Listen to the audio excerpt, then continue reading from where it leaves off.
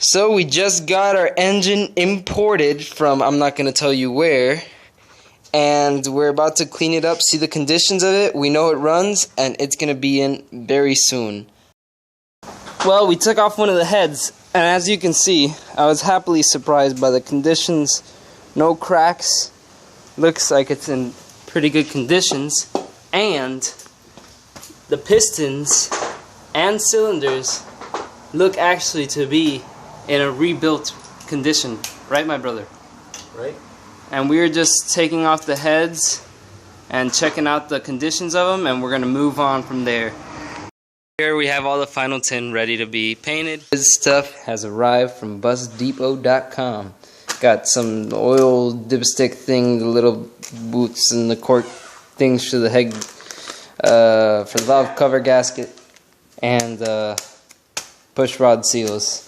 All the tin is painted. I'm starting to put the tin on the engine, starting with the bottom heat deflectors, then onto the rest of the engine tin. But my brother over there is about to start painting the shroud, and that's my old block. I have the cooling tin, well, the heat deflectors from the bottom on both cylinders, nice and painted, bolted on, and time to move on to the front cylinder tin and the oil cooler tin. Oil cooler tin, front of the cylinder tin. I don't know if it has a name, but that's what I'm going to call it. And now to the top. So it became night, so we got our indoor sun setup going on here. We're going to finish tinning this bad boy up. The drive plate off of my old engine because it's an automatic transmission and put it in the new one.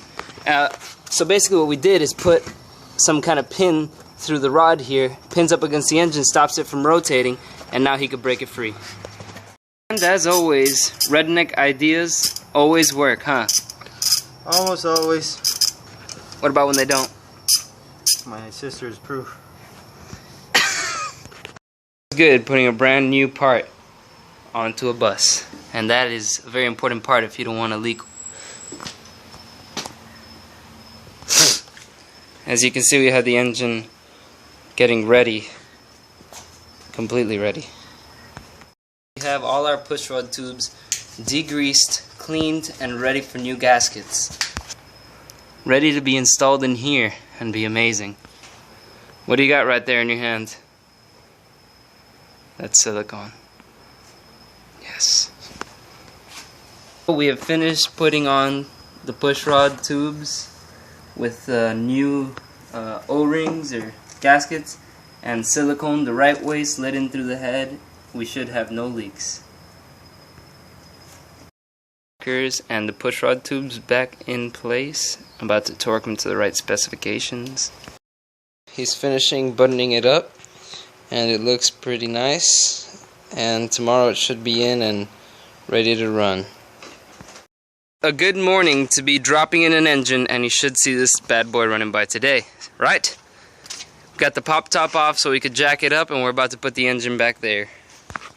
Thanks to the rabies, we got the engine in. He didn't even know we were putting an engine in today, but I think God told him to pass by. I just showed up. He just showed up, and we got the engine in mostly right now.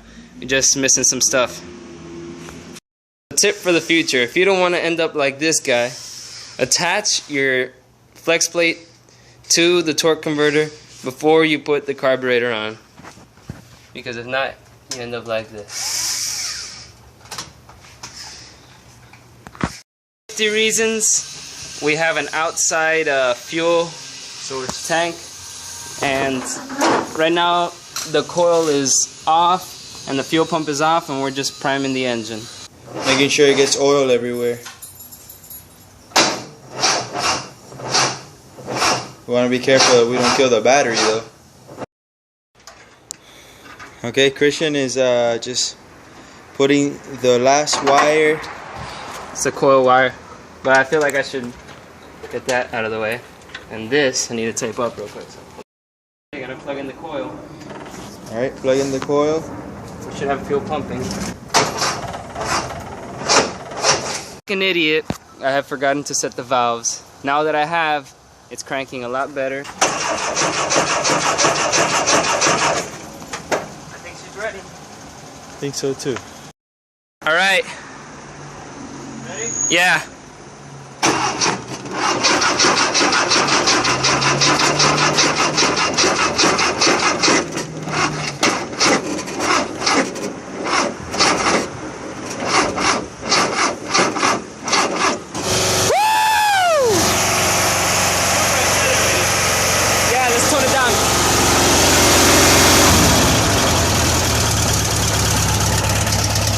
The accelerator cable had gotten stuck. Well, we got a lot of oil in this.